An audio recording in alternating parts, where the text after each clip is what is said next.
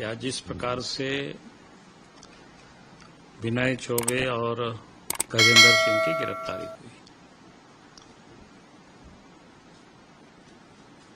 और ये बिल्कुल उन्होंने प्रेस विज्ञप्ति में भी कहा है कि अपने पद का इन्होंने दुरुपयोग किया। जो प्लेसमेंट एजेंसीज थे उनको चयन करने में नियमों का उन्होंने अनुपालन नहीं किया, ये इन्होंने साफ साफ लिखा। सुनने में तो बहुत अच्छा लगता है सबको कि इन्होंने बहुत अच्छा काम किया, लेकिन वास्तविकता क्या है? वास्तविकता तो यही है कि हमें जानकारी मिली, जो कि इन लोगों के ऊपर छत्तीसगढ़ में भी एसीबी ने वहां केस दर्ज किया था और छत्तीसगढ़ गवर्नमेंट ने इसकी जांच के लिए सीबीआई को, ईडी को हस्तांतरित कर दिया। और वहां से जब विनय चौबे को नोटिस आया तो इन लोगों को पता समझ में आ गया कि इस केस में हम सब लोग कोई बचेंगे नहीं, और केस से बचने के लिए या बचाने के लिए एक छोटी मछली को गिरफ्तार किया है। छोटी मछली को मैं इसलिए कह रहा हूं आप सबके जानकारी के लिए,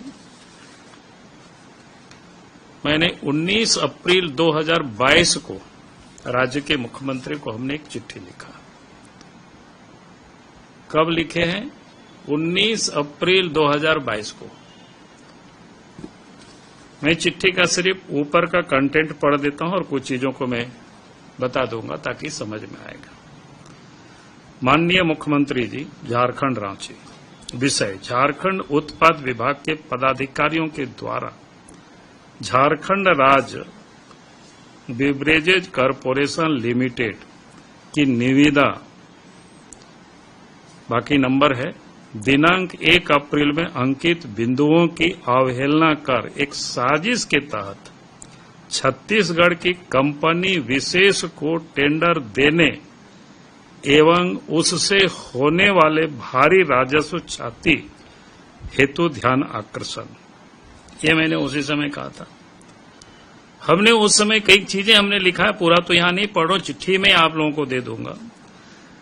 हमने कहा कि नई निविदा कंडिका 9.3 में 3.90% अधिकतम मार्जिन लाभांश को बदलकर निविदा डालने वाली इकाइयों से न्यूनतम मार्जिन लाभांश दर्शाने की बात अंकित है, जिसके फलस्वरूप निम्नंकित विशेष इकाइयों जो पूर्व में उनके मनोनुकूल शर्तें नहीं रहने के कारण टेंडर नहीं डाल सके थे, यानी पहले भी टेंडर निकला था, ये कंपनियों ने नहीं डाल सका था, वो पुनः मन मुताबिक लाभांश पर टेंडर भाग ले सके, इसलिए इन लोगों ने उस टेंडर को उस समय पहले रद्द किया, फिर बाद में निकाला। हमने उस पर कहा भाग ले सके तो कौन कौन कंपनी थे? A to Z infra service limited, prime on workforce private limited,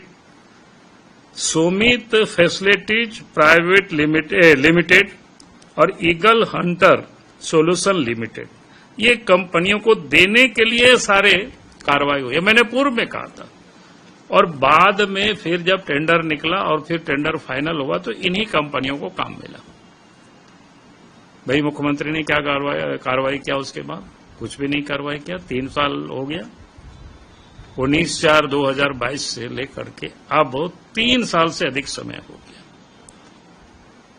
ये कार्रवाई तब हो रही है जब छत्तीसगढ़ में एसीबी के में केस दर्ज हुआ विनय चौबे और गजेंद्र सिंह के ऊपर, और वहां जांच प्रारंभ हुई और छत्तीसगढ़ गवर्नमेंट ने सीबीआई और ईडी को केस हस्तांतरित किया। तब इन लोगों को लगा कि भाई हमें तो बचेंगे नहीं आप, तो इससे अच्छा उपाय है कि इसको गिरफ्तार करके ये दिखाना है, यानी बाकी को बचाना है। इसलिए हम तो कहेंगे कि भाई अगर मुख्यमंत्री वास्तव में इस केस में कहीं से भी वो दोषी नहीं है तो पूरे मामले को मुख्यमंत्री सीबीआई को जांच के लिए हैंडओवर कर देना चाहिए केस को, क्योंकि बड़ा घोटाला हुआ है, घपला हुआ है। अरे मैं कह रहा है इस भ्रष्टाचार में तो मुख्यमंत्री संलिप्त है। जब उस विभाग में सब कुछ हुआ घोटाला, हमने तो उसी समय इस सारे कंपनियों को देने के पहले हमने उनको पत्र लिखा था। उस पत्र पर मुख्यमंत्री ने क्या कार्रवाई किया? आखिर पूरे 3 साल तक इन्होंने लुटाते रहे राज्य को, उसकी जवाब कौन देंगे? उसकी जवाब मुख्यमंत्री के पास क्या है, बताइए मुख्यमंत्री जी। इसलिए हमने कहा कि अगर मुख्यमंत्री वास्तव में चाहते हैं ईमानदारी से जांच हो, दूध का दूध पानी का पानी हो जाए, तो फिर डर किस बात की है? पूरे मामले को आप सीबीआई को सौंप दीजिए, इस केस को, जैसे छत्तीसगढ़ गवर्नमेंट ने सीबीआई को सौंप दिया। अब सौंप दीजिए, बाकी तो जांच कर लेंगे, पता चल जाएगा। अगर आप ये वीडियो YouTube पर देख रहे हैं तो हमारे चैनल को सब्सक्राइब कर बेल आइकन दबाएं और Facebook पर देख रहे हैं तो हमारे पेज को लाइक करें।